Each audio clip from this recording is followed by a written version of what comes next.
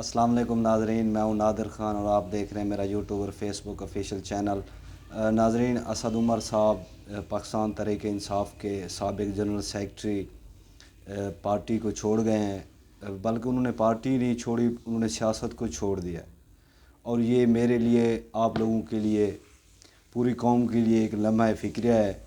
کہ اتنی پروفیشنل آدمیوں کے لیے سیاست میں کوئی جگہ ہی نہیں ہے۔ یعنی کہ آپ دیکھ لیں کہ رانا ثناء اللہ، راجہ ریاض، ان جیسوں کے لیے سیاست کے جو دروازے ہیں وہ ہمیشہ کے لیے کھلے رہتے ہیں۔ یہ کبھی کون سی پارٹی میں چلے جاتے ہیں اور کبھی کون سی پارٹی میں، تو ان کو کوئی مسئلہ ہی نہیں ہوتا سیاست کرنے کے حوالے سے۔ لیکن ظاہر سی بات ہے، اسد عمر صاحب ایک پڑھے لکھے آدمی تھے اور ایک پروفیشنل آدمی تھے، تو انہوں نے پارٹی کو چھوڑ دیا اور سیاست کو بھی خیر آباد کہہ دیا ہے۔ تو میرے خیال میں جیسا کہ اور بھی جتنے لیڈران تھے پاکستان تحریک انصاف کے، انہوں نے پاکستان تحریک انصاف کو چھوڑنے کے بعد کوئی نہ کوئی دوسری پارٹی جوائن کر لی ہے۔ تو میرے خیال میں اسد عمر صاحب جو ہیں وہ دوسری پارٹی میں ان کی جگہ نہیں بنتی تھی۔ ان کا جو ایک سٹیٹس تھا وہ ایک پروفیشنل آدمی کی طرح تھا، تو ان کو دوسری پارٹی جو ہے وہ سوٹ ہی نہیں کرتی تھی۔ جیسا کہ آج کل آئی پی پی میں لوگ جا رہے ہیں یا نون لیگ میں یا جس پارٹی میں بھی وہ جاتے تو ان کو دوسری پارٹی کوئی سوٹ ہی نہیں کرتی، تو اس لیے انہوں نے یہی مناسب سمجھا کہ وہ پاکستان تحریک انصاف کے ساتھ ساتھ سیاست کو بھی خیر آباد کہہ دیں۔ لیکن اس کے ساتھ جو پاکستان تحریک انصاف کی ترجمان بھی ہیں آج کل، میرے خیال میں کور کمیٹی کا حصہ بھی ہیں اور قانونی ٹیم کا بھی، قانونی حوالے سے وہ نمائندگی کرتے ہیں پاکستان تحریک انصاف کی،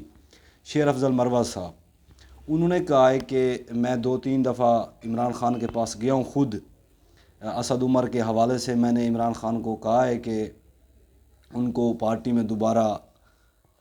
آنے دیں، لیکن عمران خان صاحب نے یہ جواب دیا تھا کہ نہیں، میں فواد چودھری صاحب کو بھی اور اسد عمر صاحب کو بھی پارٹی میں نہیں آنے دوں گا، یعنی کہ پارٹی میں ان کے لیے کوئی جگہ نہیں ہے۔ اس کے پیچھے ریزن انہوں نے یہ کہا ہے کہ عمران خان نے یہ بتایا تھا کہ جو ہے ظاہر سی بات ہے، جب شروع میں یہ 9 مئی کا ایک واقعہ گھڑا گیا تھا، اس کا جو بیانیہ ایک بنایا گیا ہے کہ اداروں کے اوپر حملہ ہوا یا اس طرح کی جتنی بھی باتیں ہوئی ہیں، تو انہوں نے کہا ہے کہ انہوں نے بہت جلدی کی ہے اور پارٹی کو چھوڑ دیا تھا۔ فواد چودھری نے تو پارٹی کو ہی چھوڑ دیا تھا، لیکن اسد عمر صاحب نے ایک ایسا سینیریو بنایا تھا کہ جو جنرل سیکرٹری کا جو ان کا عہدہ تھا اس کو وہاں پہ استعفیٰ دے دیا تھا۔ تو انہوں نے عمران خان نے یہ کہا تھا شیر افضل مروہ صاحب کو کہ انہوں نے جو میرے کارکن ہیں پاکستان تحریک انصاف کے، جو ان کے حوصلے جو وہ پست کیے ہیں۔ ظاہر سی بات ہے، یہ بات کہیں حد تک ٹھیک بھی ہے میرے خیال میں کہ جب ایک پوری کارکن ہوتے ہیں، جب ان کے لیڈر پیچھے کی طرف قدم لیتے ہیں تو کارکن بھی تھوڑا بزدل ہو جاتے ہیں، تو یہ بات ان کی کافی حد تک ٹھیک ہے۔ تو میرے خیال میں میرا ذاتی تجزیہ یہی ہے کہ اسد عمر صاحب نے کافی سوچ و بچار کے بعد پارٹی بھی اسی لیے چھوڑ دی اور سیاست بھی اسی لیے چھوڑ دی ہے، کیونکہ انہوں نے یہی اس ٹائم تو عمران خان نے کہا تھا کہ میں اسد عمر کو پارٹی میں نہیں لیتا، تو اسد عمر صاحب نے یہی مناسب سمجھا ہوگا کہ ظاہر سی بات ہے کہ کچھ وقت کے بعد عمران خان مجھے پارٹی میں واپس لے لیں گے۔ لیکن جو وقت گزرتا گیا، جو حالات ہیں وہ سامنے آتے گئے، تو میرے خیال میں اسد عمر نے یہی مناسب سمجھا کہ اب مجھے پاکستان تحریک انصاف تو قبول کرے گی نہیں۔ ظاہر سی بات ہے، پاکستان تحریک انصاف ہی عمران خان ہے اور عمران خان ہی پاکستان تحریک انصاف ہے،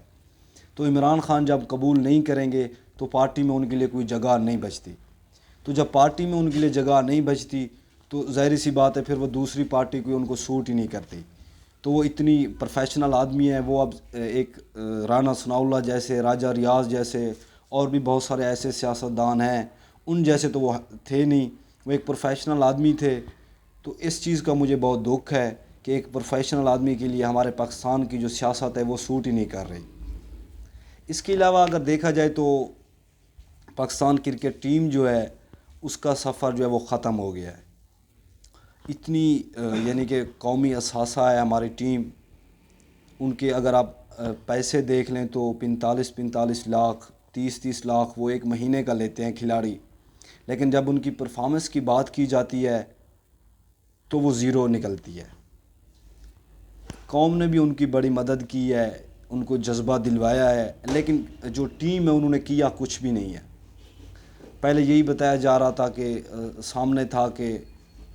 بس کشمکش میں ہر ٹورنامنٹ ہمارا ایسے ہی ہوتا ہے کہ ہماری ٹیم جب بھی اوپر آتی ہے وہ کشمکش کی صورت حال میں ہی اوپر آتی ہے، لیکن اس دفعہ میرے خیال میں وہ کشمکش نہیں ہوئی ہے،